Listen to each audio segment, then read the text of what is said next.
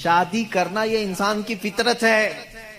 ہر مرد کے اندر عورت کی خواہش پیدائشی ہے.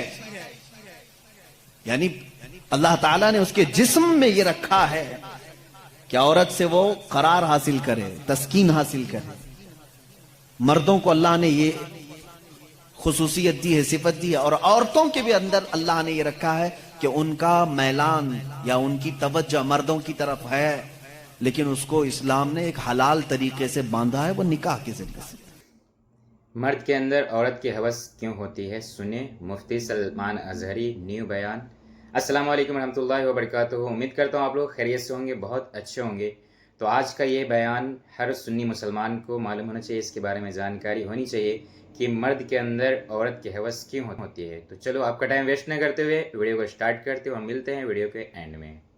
شادی کرنا یہ انسان کی فطرت ہے. ہر مرد کے اندر عورت کی خواہش پیدائشی ہے.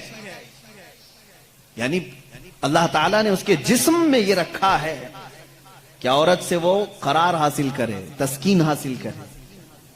مردوں کو اللہ نے یہ خصوصیت دی ہے، صفت دی ہے، اور عورتوں کے بھی اندر اللہ نے یہ رکھا ہے کہ ان کا میلان یا ان کی توجہ مردوں کی طرف ہے، لیکن اس کو اسلام نے ایک حلال طریقے سے باندھا ہے، وہ نکاح کے ذریعے سے.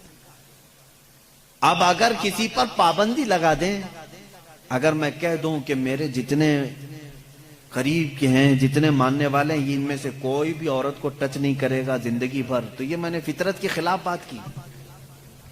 یہ فطرت کے خلاف بات کی. میں بول نہیں سکتا کہ تم شادی نہ کرو، نکاح نہ کرو، اور اسلام نے کبھی بھی ایسی پابندی نہیں لگائی.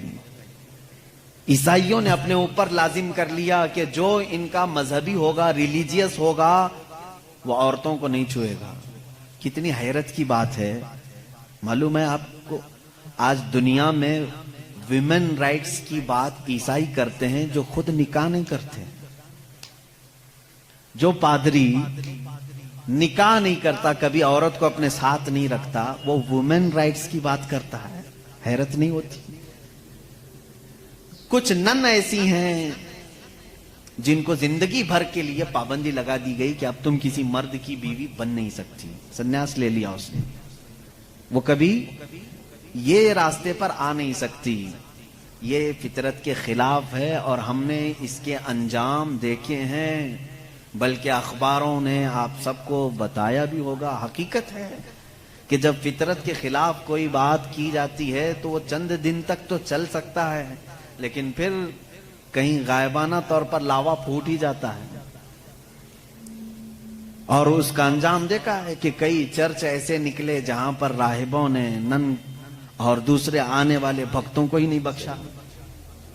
یہ حالات ہوئے ہیں. اس کی وجہ یہ ہے کہ فطرت کے خلاف یہاں پر حکم دیا، یا انہوں نے خود اپنے آپ کو اس طرح کا کیا.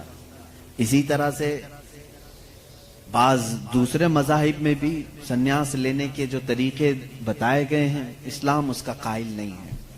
اسلام معاشرتی مذہب ہے، سب کے ساتھ رہ کر کے جینے والا مذہب ہے.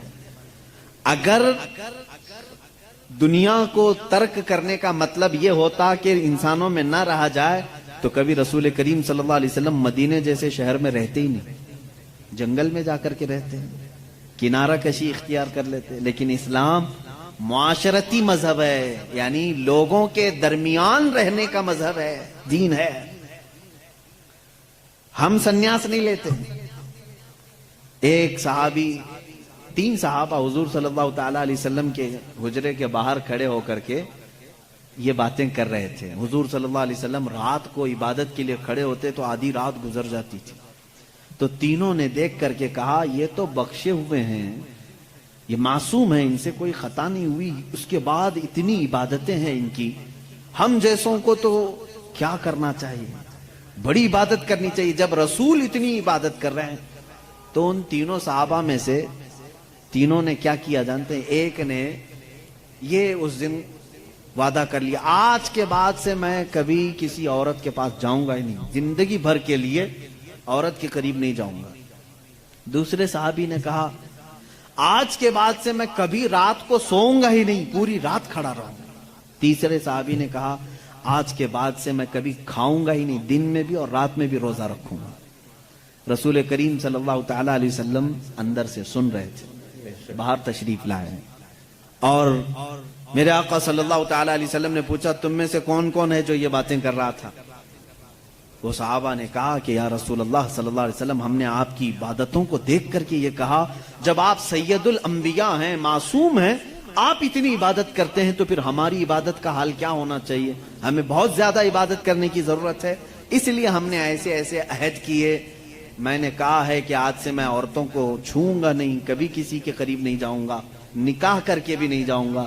دوسرے نے کہا میں نے یہ کہا ہے کہ رات کو سوؤں گا نہیں۔ تیسرے نے کہا میں نے یہ کہا ہے کہ آج کے بعد سے کبھی کھاؤں گا نہیں۔ اللہ کے نبی صلی اللہ علیہ وسلم نے فرمایا اسلام یہ نہیں ہے، اسلام یہ نہیں ہے۔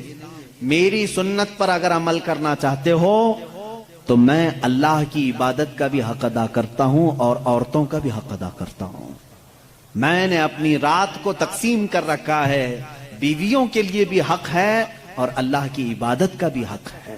اور دوسرے سے کہا تم نے کہا کہ رات کو کبھی سوؤں گا ہی نہیں، یہ بھی ہمارا طریقہ نہیں ہے، تم فطرت کے خلاف بات کر رہے ہو، بیمار ہو سکتے ہو، روزانہ رات پورے نہیں سو رہے۔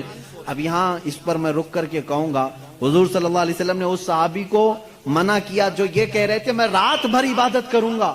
حضور نے فرمایا میری سنت یہ ہے کہ میں تھوڑی رات آرام کرتا ہوں اور تھوڑی رات اپنے رب کی عبادت بھی کرتا ہوں۔ تمہارے جسم کا بھی تم پر حق ہے، اس کو بھی آرام دو۔